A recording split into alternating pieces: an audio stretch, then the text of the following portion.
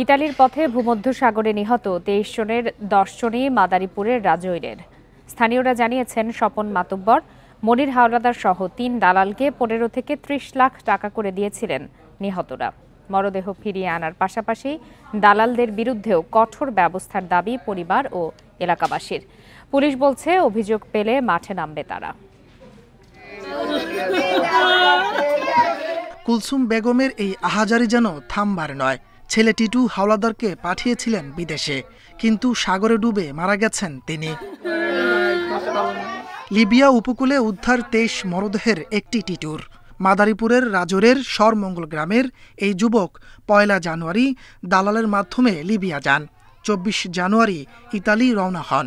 আমারে আভা কইয়া নিয়ে আমার সব ছেলে কোথায় নেছে কইতে পারে না, কোথায় আছে কইতে পারে না। আমি এই চাই, আমার ছেলে চাই। ১২ জনের কাছ থেকে কেদার ৩০,০০০, কেদার ৫০,০০০, কেদার ১ লাখ, এইভাবে ১৬ লাখ টাকা গোছাইয়া টোটালের দেশে। টিটুর মতো রাজৌরের আরও ৯ যুবকের একই পরিণতি। এলাকাবাসীর দাবি, স্বপন মাতুব্বর, মনির হাওলাদার সহ ৩ দালালকে ১৫ থেকে ৩০ লাখ টাকা দিয়েছিলেন তারা। আমার প্রথম দালাল হলো স্বপন, এনেছে ১৪ লাখ, আর দ্বিতীয় দালাল হচ্ছে মনির, আরও দিছি ১৪ লাখ। এখানে বাজার টাকা পয়সা যে বিলি দিচ্ছি, ধার করছি, কর্জ করছি, দিচ্ছি। এখন আমাকে লাশটা কীভাবে আমাকে আইনকে দেবে, সেই আমরা সরকারের দ্বারা আবেদন বাবা। নিহতের তালিকা সংশ্লিষ্ট মন্ত্রণালয়ে পাঠাবে পুলিশ।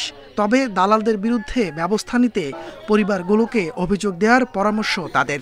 ওনাদের লাশ আনার জন্য আমরা এখানে প্রত্যেকের তালিকা তৈরি করব। তালিকা তৈরি করে আমাদের প্রশাসনিকভাবে আমরা এইটা মন্ত্রণালয়ে প্রেরণ করব, এবং যাতে সুষ্ঠুভাবে তাদের লাশগুলা প্রত্যেকের পরিবার বুঝে পায়, সে ব্যবস্থা আমরা করব।